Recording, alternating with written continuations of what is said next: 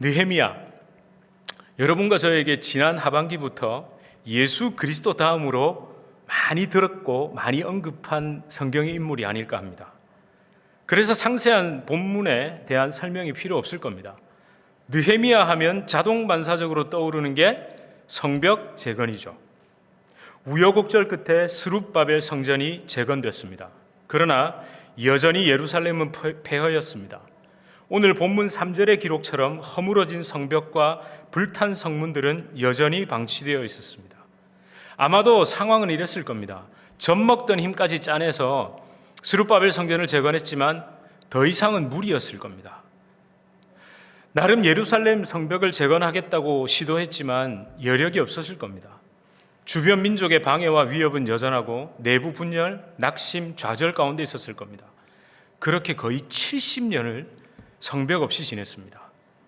자신들을 보호해 줄 것, 그러니까 성벽이나 군대 전혀 없이 예루살렘 안에서 거했던 하나님의 백성들이 얼마나 불안했겠습니까? 또 얼마나 외로웠겠습니까?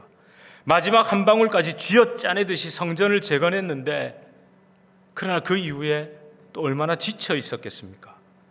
심지어 자포자기의 마음이었을지도 모릅니다. 뭐 이 정도면 어디냐? 뭐 이만하면 됐지. 그냥 뭐 이게 최선일 거야. 그렇게 침체된 마음이었을 겁니다.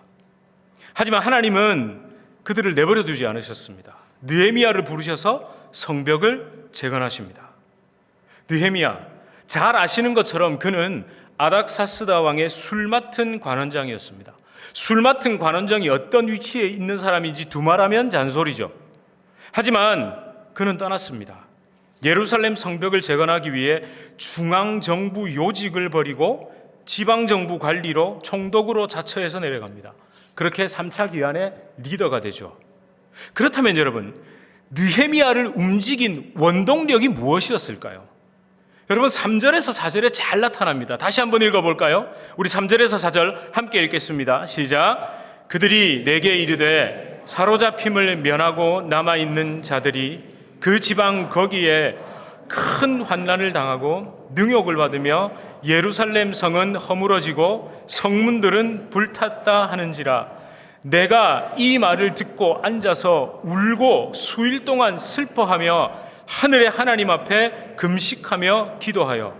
여러분 4절에 울었다라고 번역된 이 히브리어 바카라는 이 동사, 이 말은 눈물이 또르르 흘렀다는 정도가 아닙니다. 통곡입니다. 그러니까 꺼이 울었다는 겁니다. 막 속에서 쓴울음이 터진 겁니다.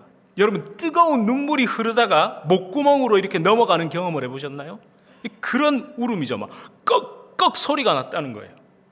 슬퍼하다라고 이 번역된 아발이라는 이 말은 비통, 애통, 아니요 내장이 끊어지는 것 같은 그런 아픔을 의미하는 겁니다. 여러분 근데 이게 단순한 사람의 감정일까요? 아니죠. 성령 하나님께서 하나니를 통해 그의 마음에 하나님의 애통함을 주신 겁니다.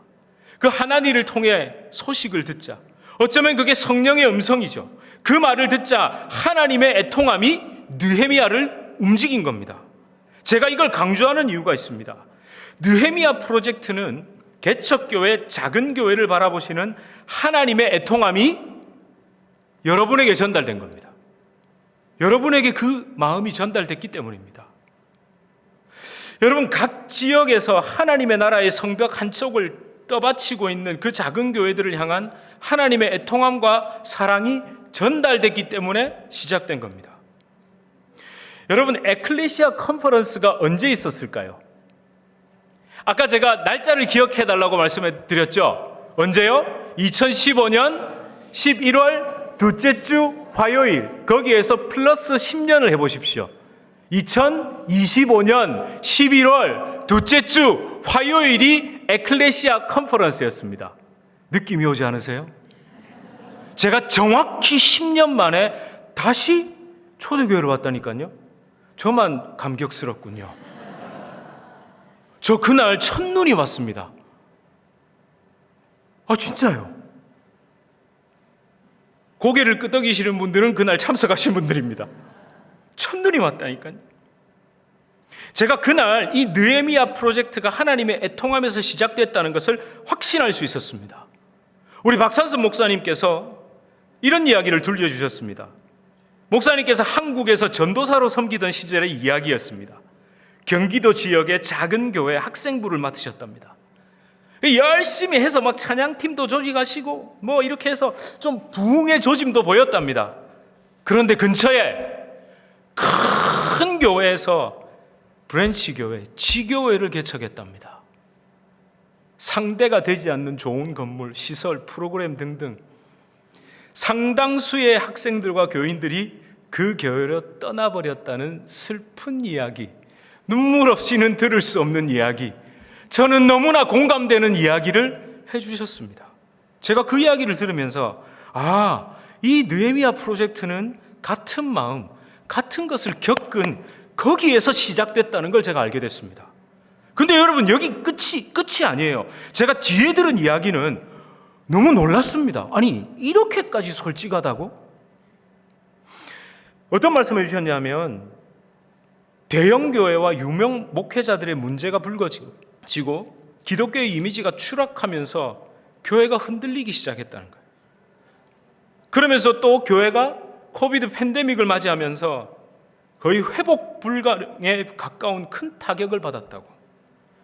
근데 주로 작은 교회, 중형 교회들이 그 타격을 받았다고. 그런데 거기에서 떠난 성도들이 다 어디에 와 있느냐? 큰 교회에 와 있더라는 거예요. 그러시면서 어쩌면 이게 사탄의 전략일지도 모릅니다. 한 곳으로 몰아놓고 그 교회를 공격해서 무너뜨리면 하나님의 백성들이, 성도들이 더 이상 갈 곳이 없어집니다. 이 말씀을 하시더라고요. 여러분, 표정들이 왜 그러세요? 박 목사님이 그 얘기를 하셨다니까요. 제가 제 귀를 의심했습니다. 이렇게까지 솔직하다고? 맞잖아요. 맞지 않습니까? 저 진짜 충격이었습니다. 한국에 있을 때 유명하다는 훈련, 세미나, 컨퍼런스 많이 다니고 참석해봤습니다. 근데 결론이 뭐였는지 아세요? 우리한테 배워라, 우리 시스템을 적용해라, 그러면 된다였습니다. 그러니까 겸손한 위기의식과 애통함을 찾아보기가 어렵더라고요. 그런데 우리 뉴저지 초대교회는 애통함, 그 같은 마음, 겸손한 위기의식이 있더라는 거죠. 목사님이 이렇게 강조하신대요. 제발 도우러 가지 마세요. 은혜 받으러 가세요. 그리고 당회에서 만장일치로 결정됐다는 얘기도 해주시더라고요. 사랑하는 성도 여러분, 애통한 마음이 있는 사람이 복 있는 사람이죠. 아니, 예수님이 말씀하셨어요. 제 얘기가 아니고 마태복음 5장 4절에 뭐라고 말씀하셨습니까? 애통하는 자는 복이 있나니 저희가 뭘요? 위로를 받을 것이며. 저는 이 말씀 그대로 우리 모두에게 하나님의 위로, 격려, 응원, 칭찬을 전하시고 싶습니다. 감사합니다. 그리고 우리 격려하죠. 잘 결정했습니다. 시작. 잘 결정했습니다. 여러분, 정말 잘 결정하신 겁니다. 사실 저희 뉴저지 주님의 교회도 애통함에서 시작했습니다. 애통함. 이제는 10년이 훌쩍 넘었습니다. 처음 같이 함께 하신 분들은 다들 주름이 늘고 흰머리 만드시고 머리 숱은 줄어드시고 다 그랬습니다. 우리 뉴저지 주님의 교회 2015년 1월 작은 기도 모임으로 시작했습니다. 사실 그때 저는 없었습니다. 교회를 함께 개척할 목회자를 찾기 위해 먼저 그렇게 기도하셨습니다. 그렇게 개척 멤버이신 장로님께서 한국까지 저를 만나러 오셨습니다. 그게 사실 2015년 9월의 일이었습니다. 그때 장로님을 첫 대면해서 장로님 입에서 안녕하세요 하고 난 다음에 그 다음으로 흘러나온 입에서 나온 그 말이 뭐였냐면요, 목사님, 제가 있는 지역에서 예배드리고 싶은 사람들의 마음이 하늘에 사무쳤습니다. 여러분, 그 한마디가 저는 지금도 생생합니다. 저는 사실 안 오려고 발버둥을 쳤거든요. 근데 예배드리고 싶은 분들의 그 사무침, 애통한 마음을 외면할 수가 없었습니다. 그 애통함과 사무침이 저는 부르심이라고 믿었습니다. 그러나 시작부터 시련이었습니다. 비자 문제로 1년 가까이 들어오지 못했습니다. 결국 2017년 5월 온 가족과 함께 들어왔지만 들어오지 못하는 그 1년 사이에 12분 중에 7분이 나가고 5분이 남았습니다. 근데 평균 연령은 60대였습니다. 58세가 제일 젊은 분이었고 그 다음이 다 70대였습니다. 제가 내뱉은 말을 주워 담지 못해서 왔습니다. 게다가 제가 있는 지역의 특성은 저를 막막하게 했습니다. 섣부른 일반화는 아닙니다. 여러분 교회마다 지역마다 제가 본 게 다는 아닐 수 있죠. 그곳은요, 새로운 이민자는 고사하고 2세들마저 직장을 찾아서 다 떠나는 지역입니다. 참 많은 분들이 깊은 상처를 가지고 있습니다. 70년대, 80년대에 이민을 오신 분들이 거의 대부분입니다. 제가 9년 전에 이민을 온 게 거의 최근일걸요. 그리고 많은 분들이 상처 때문에 교회에 대한 기대감, 목회자에 대한 큰 기대감이 없는 곳입니다. 반경 20분 안에 저희 지역에 한 3천여 명 정도의 한국 분들이 계신다는데 이렇게 저렇게 다 따져서 제가 이름을 아는 것만 16개 교회가 있답니다. 그 교회들도 대부분 찢어지고 갈라진 교회들, 어쩌면 안 다닐 수 없어서 교회를 나가는 사람들, 게다가 요즘 유튜브가 발달돼 있잖아요. 그래서 다 한국의 유명 목사님이 본인들의 담임 목사님처럼 이렇게 설교를 들으시고 예배를 보는 분들이 많으세요. 드리는 분들이. 근데 그렇게 교회를 또 어떻게든 개척했지만 2년 6개월 정도 지나면서 코로나 팬데믹을 맞이했고 또 그렇게 저희가 2024년에서 2025년 예배 장소를 좀 이전해 보려고 애쓰다가 결국 무산이 됐습니다. 서로 말은 하지 않았지만 실망스러운 건 좀 어쩔 수 없었습니다. 몇몇 가정은 그 지역에서 그나마 또 큰 교회로 떠나기도 했습니다. 제 스스로 이런 생각을 했습니다. 이렇게 고인물이 되는 건가? 여기까지인가?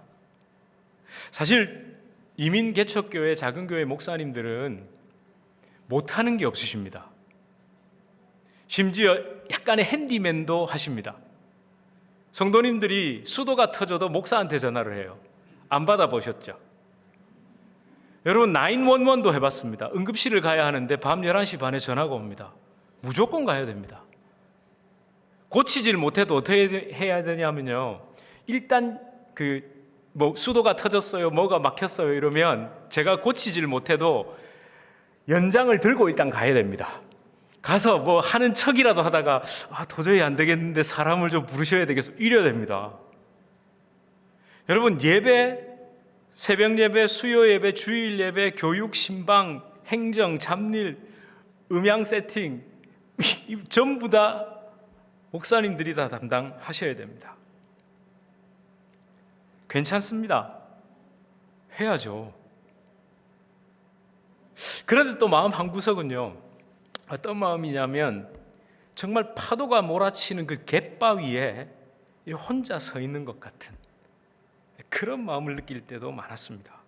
그런데요, 작년 7월에 하나님의 애통함을 품은 뉴저지 초대교회가 손을 내민 겁니다. 제가 지금도 우리 김수영 목사님 목소리가 생생해요.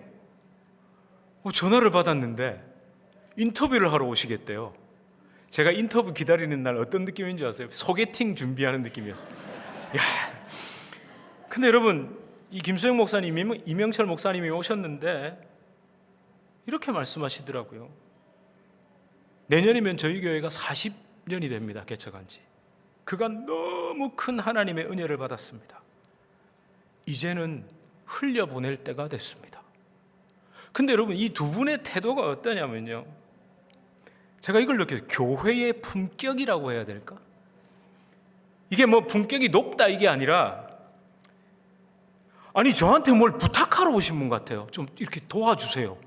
아니 제가 지금 좀 도와주세요 해도 뭐할 판에 이 두 분이 그냥 이게 뭐지?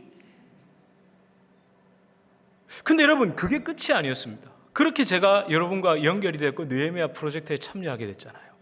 근데 여러분, 여기서 끝이 아니었습니다. 저는 오늘 이 신나는 마음을 좀 전하고 여러분과 나누고 싶어서 왔어요. 인터뷰하시고 떠나신 다음 날 전화가 왔습니다. 저희 지역에 있는 뉴호프 교회라는 곳에서 설교를 해달라고 부탁이 왔어요. 근데 그 나중에 알게 됐습니다. 그것이 하나님께서 예비하신 교회 합병의 신호탄이었다는 것을. 이 뉴호프 교회라는 교회를 이진성 목사님, 사실은 여러분은 잘 모르시겠지만 전에 우리 한규삼 목사님의 웨스트민스터 동기이시고 절친이세요. 이 목사님께서 체리힐 지역에서 한 27년 목회하셨는데 목사님이 너무 건강이 안 좋아지셔서 당신이 목회하던 그 한어 예배부 분들을, 우리 1세대 분들을 저희 교회와 합병하도록 그렇게 허락을 해주신 거예요. 참 정말 놀랍더라고요. 아니 이게 이렇게 되나? 이런 일이 있다고? 저는 이걸 보면서 이게 진짜 하나님의 계획하심이고 비전이었나? 물론 아직 저희들 가야 할 길이 멉니다. 영적인 화합도 돼야 하고 당장 예배 처소를 또 다시 찾아야 됩니다. 사실 사진 한번 보실래요? 저희가 지금 그 두 교회가 합병해서 예배 드리는 곳이 좀 장소가 많이 좁습니다. 여러분 꼭 기도해 주세요. 사실 미국 교회 한 곳에 긍정적인 연락을 받았습니다. 빌려주겠다고 교회를. 그런데 2달 동안 구체적인 이야기가 없어요. 지금 답답해요. 그래서 여러분 속히 좀 연락이 오도록 꼭 한마디 기도해 주십시오. 그리고 여러분 만약에 여러분들 저에게 비전이 뭐냐고 물으시면 제가 이렇게 얘기하고 싶습니다. 저는 사실 비전이 그렇게 없이 왔어요. 그냥 예배 드리고 싶은 사람들이 사무친되니까 왔는데 현장에 있다 보니 제가 비전 3가지가 생각났습니다. 하나는 뭐냐면 영혼의 목욕탕이 되는 교회입니다. 아메리칸 드림을 꿈꾸고 오셔서 성공을 했건 못했건 상관없이 그냥 하나님 앞에 솔직하게 있는 모습 그대로 발가벗고 나가는 교회예요. 발가벗고 나가서 하나님 앞에 솔직하고 담백하게 있는 그대로 영혼의 자유함을 누릴 수 있는. 자꾸 두렵잖아요. 저 사람은 성공했는데 난 성공 못한 것 같고, 저 사람은 잘된 것 같은데 난 못한 것 같고. 그게 아니라 진짜 예수 그리스도 때문에 자유함을 그분들이 누리셨으면 합니다. 그리고 2번째는요, 영혼의 이착륙이 일어나는 교회입니다. 사실 지역 특성상 한어 예배, 한국어로 예배 드리는 교회는 이제 서서히 사라질 겁니다. 실제 그렇습니다. 그런데 그때 우리 1세대 분들이 영적인 추락, 크래시가 되면 안 되잖아요. 랜딩이 돼야 하잖아요. 연착륙. 그걸 돕고 싶습니다. 그분들이 그냥 이제 내 인생은 다 됐고가 아니라 진짜 내 남은 인생을 하나님을 위해서 다시 불태우실 수 있도록. 여러분 숯불 아시죠? 숯불. 꺼진 듯한데 불면 은근히 뜨거워요. 그분들에게 성령의 바람이 좀 들어가서 뜨겁게 다시 타오르실 수 있도록. 여러분 예를 한번 들어볼까요? 여러분 이 사진 한번 보실래요? 제가 제 컴퓨터에 항상 두는 사진입니다. 이게 뭘까요? 1970년대 청계천에 있는 활빈교회에서 이 어머니가 애를 들쳐업고 기도하던 모습. 어쩌면 지금 여기 계시는 분들, 저 등 뒤에 엎여 계셨던 분들도 계실 겁니다. 저도 그랬고요. 그 어머니들이 무릎으로 기도했습니다. 제가 작년에 새벽 기도 때마다 입고 나가는 바지가 있는데 작년에 드디어 무릎에 구멍이 뚫렸습니다. 좀 놀라주세요. 아니 새벽 예배 때 요즘도 무릎에 구멍이 뚫리도록 기도하는 목사가 있다니까요. 우와! 할렐루야! 우와! 근데 그 무릎에 구멍이 뚫리니까 연락이 온다니까요.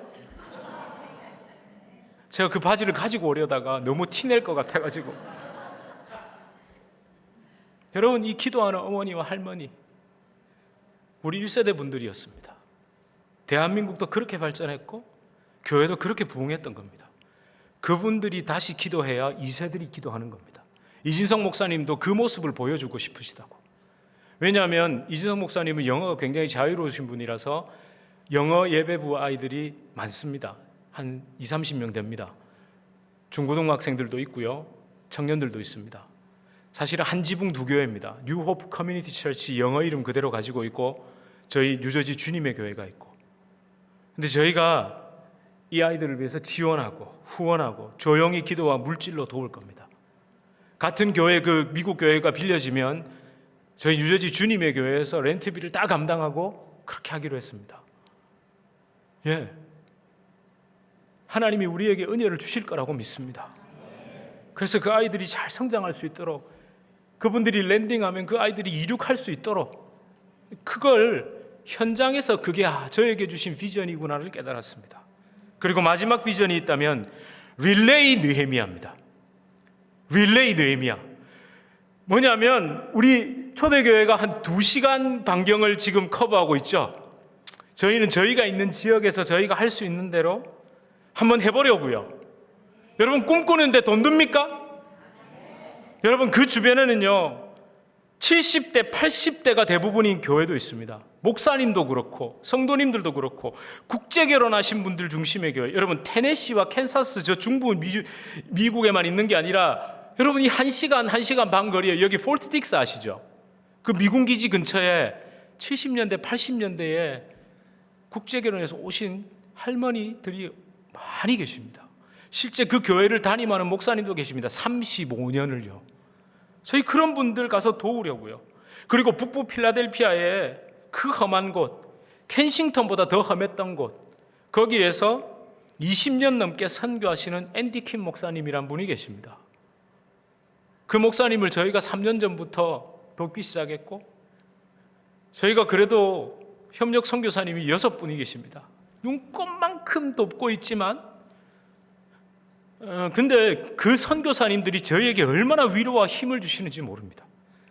여러분, 호레비 사정은 누가 압니까? 네.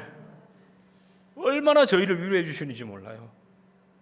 여러분, 천일야화 같은 이야기, 제 가슴 속에 비석처럼 새겨진 이야기들 많지만 여기까지 하겠습니다. 그리고 마지막으로 이 사진 한 장 보면서 말씀 마무리하겠습니다. 여러분, 저게 뭐죠? 방파제. 그게요, 뭐죠? 방파제. 근데 여러분, 저기 눈에 들어오는 게 하나 있으시죠? 이 방파제 콘크리트를 주변을 뭐가 둘러싸고 있죠? 저걸 테트라포트라고 합니다. 테트라가 사라는 뜻이고 포드가 발이죠. 사발이. 저게 뭐냐면 파도를 1차적으로 흡수해 줍니다. 저 테트라포드가. 여러분, 이 테트라포드가 없으면 저 큰 콘크리트 구조물이 금방 무너진답니다. 근데 또 반대로 뒤에 큰 콘크리트 구조물이 없으면 테트라포드는 파도를 맞으면 이리저리 굴러다닌답니다. 그러니까 진짜 방파제가 방파제의 역할을 제대로 하려면 저 큰 구조물과 저 작은 테트라포드들이 한 덩어리를 이루어야 된다는 거죠. 제가 이 방파제를 왜 말씀드릴까요? 에클레시아 컨퍼런스에서 박찬선 목사님이 이렇게 말씀하시더라고요. 작지만 강한 교회들, 그 강소교회들이 하나님 나라의 방파제입니다. 이렇게 말씀하셨어요. 여러분, 제가 그날 마치고 집에 가는데 계속 그 말이 맴도는 거예요. 집에 와서 잠을 이룰 수가 없었습니다. 그때 머리를 스치듯 이 방파제가 떠올랐습니다. 그렇구나. 큰 교회와 작은 교회가 저렇게 한 덩어리를 이룰 때 진정한 하나님 나라의 방파제가 되는구나. 예, 저는 믿습니다. 느헤미야 프로젝트를 통해 교회와 성도를 위협하는 사탄의 세력, 세상의 파도를 막아내는 그 하나님의 나라 방파제가 든든히 세워질 줄 믿습니다. 아멘.